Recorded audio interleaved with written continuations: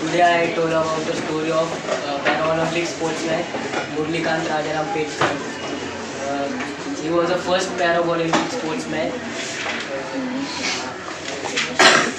त्यांचा जन्म 1944 साली महाराष्ट्रातील सांगली जिल्ह्यात झाला.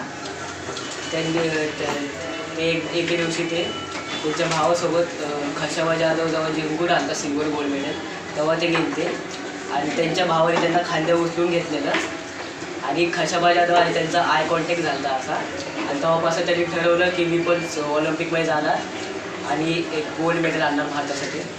मग ते ठरवतात तसं आणि ते मग विचार करतात की जी गावातली कुस्ती तालीम आहे त्याच्यामध्ये जाऊन कुस्ती ट्रेनिंग केली. पण तो जो असतो तिकडचा तो कोच असतो तर मग तो अजून लय लहान आहे. मग तो रिक्वेस्ट करतो की नाही मी करेल, तुम्ही जे काम सांगाल ते करेल. आणि तो मोठा होऊपर्यंत त्या तालमीतच जे सांगतील ते करत असतो. त्याला ते एक पण मॅच खेळायला नसतो, तो फक्त बघून असं शिकत असतो. आणि मग एक दिवशी त्यांचा जो वस्ताद असतो त्याच्या बहिणीच्या मुलाची मॅच असते आणि तो जो त्याचा दाजी असतो तो बोललेला असतो की जो तू खेळाडू उभा करणार आहे तो हारला पाहिजे. मग ह्याला वाटतं की ह्याला काय येत नाही, ह्याला उभं करू आपण. मग ह्याला उभं करतात. पण तेव्हा पंडित जवाहरलाल नेहरूने एक नवीन कॉईन काढलेला असतो आणि ती म्हणजे अशी महागातली करन्सी असते इंडियाची. आणि मग सगळे जे गावकरी असतात ते मैदानात ते असे कॉईन फेकतात की जो जिंकेल त्याला हे पैसे भेटतील. मग तो मुरलीकांत तो जिंकतो आणि मग तिकडे जे माणसं असतात ते हारल्यामुळे त्याला मारायला उठतात. मग तो पळतो आणि मग एक ट्रेन जात असते तर ट्रेनमध्ये तो जातो. एक सरदार त्याला हात देतो आणि सरदारसोबत तो जातो. मग सरदारला सांगतो तो की मला ऑलिम्पिकमध्ये जायचं आहे. मग तो सरदार मिलिटरीत भरती वयात आलेला असतो. 1962ला तो मिलिटरीत भरती होतो त्या सरदारसोबत. मग मिलिटरीत ट्रेनिंग घेत असताना त्यांच्या मित्रांमध्ये काहीतरी होतं आणि मग त्याचे मित्र एक मजाक उडवतो. मग तो मित्राला तो दोघी पचाट होतो आणि तेव्हा त्यांचा जो असतो तो येऊन बघतो. मग तो शिक्षा देतो त्याला की पावसात असं गोल करायचं. मग तो त्याला विचारतो काय झालं. मग तो बोलतो की मला माझ्या गुरु. मग तो जो असतो त्यांचा तो त्याला बॉक्सर ट्रेनिंगकडे घेऊन जातो मिलिटरीच्या.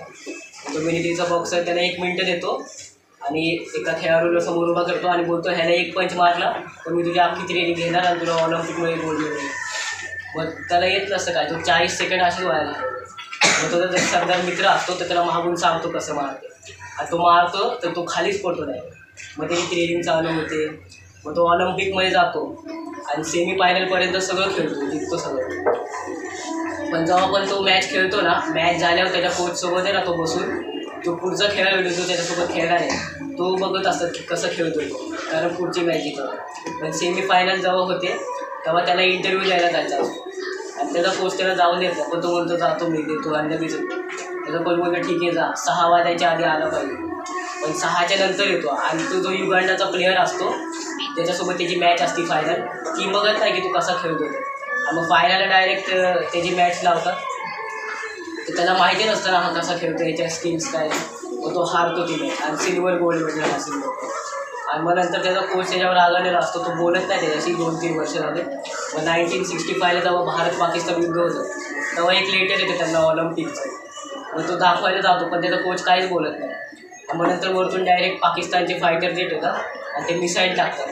त्याच्यामुळे तो कोचला वाचवतो पण कोचला गोळ्या लागतात आणि त्याचा मित्र जो असतो तो मशीन गन चालू असतो तो मरतो आणि त्याचा एकमेव तो मित्र असतो कारण तो फॅमिलीला सोडून आलेला असतो ना. मग तो कोच पण मरतो आणि त्याला 9 गोळ्या लागतात फायटर जेटच्या मुरलीकांतला. तो पॅरेलिस होतो आणि मग त्याला मुंबईच्या INS भरती करतात.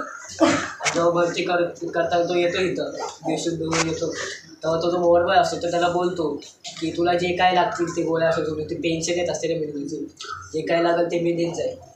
मग ती नर्स एकाला ओरडत असते त्या वॉर्डबॉयला की बिस्की का दिली या मिलिटरीला, कारण त्या झोपेच्या गळसोबत बिस्की घेतल्यावर माणूस मरतो. मग तो पॅरेलिस असते ना, त्याला गोळी लागलेली असते कमरेच्या तिथं.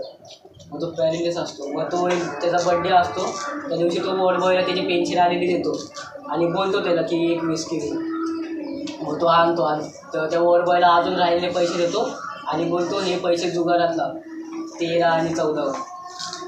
तो जसंच लावायला जातो जुगारामध्ये पैसे, हा इथं झोपेची गोळ्याची अख्खी बॉटल खाली करतो आणि विस्की पितो पण मरत नाही, बेशुद्ध होतो. मग तो जुगार खेळून माघारी येतो, तो येऊन सांगतो की आपण जिंकलोय सगळे पैसे. पण हा मग उलटी करतो आणि त्याचा जीव वाचतो, मरत नाही तो. मग दुसऱ्या दिवशी ते पैसे जिंकतात येतात आणि मग नंतर ते मिलिटरीवाले असतात ते त्याच्या घरच्यांना घेऊन येतात सांगलीमधलं तिथं मुंबईमध्ये. मग तो भेटतो, मग त्याचा भाऊ त्याला बोलतो की तू परत प्रयत्न कर, स्विमिंग करतो. मग तो स्विमिंगची प्रॅक्टिस करत असतो अशीच. आणि मग त्याचा कोच येतो आणि कोचला बघून हैराण होतो की सर तुम्ही तर गोळ्या लागला, तुम्ही कसं काय. मग तो कोच त्याला त्याच्या फेवरेट प्लेअर ताडा सिंगची मॅच बघायला घेऊन जातो लाईव्ह समोर. मग ताडा सिंग तेव्हा 60 वर्षाचा होता. ताडा सिंग चांगला खेळत होता. मग तो त्याच्यातली हिंमत बाहेर काढतो, त्याच्यातली भीती बाहेर काढतो आणि त्याला हिंमत देतो की तू करू शकतो. मग एक ट्रेनिंग चालू होते स्विमिंगची, फ्रीस्टाईल स्विमिंगची. मग 1968ला ते लोक पॅरा ऑलिम्पिकमध्ये भाग घेतात.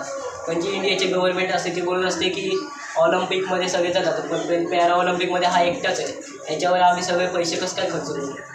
तरी तो कोच लेक्चर देतो तिथं. मग त्याला सिलेक्शन होतं त्याचं आणि मग ते लोक जातात.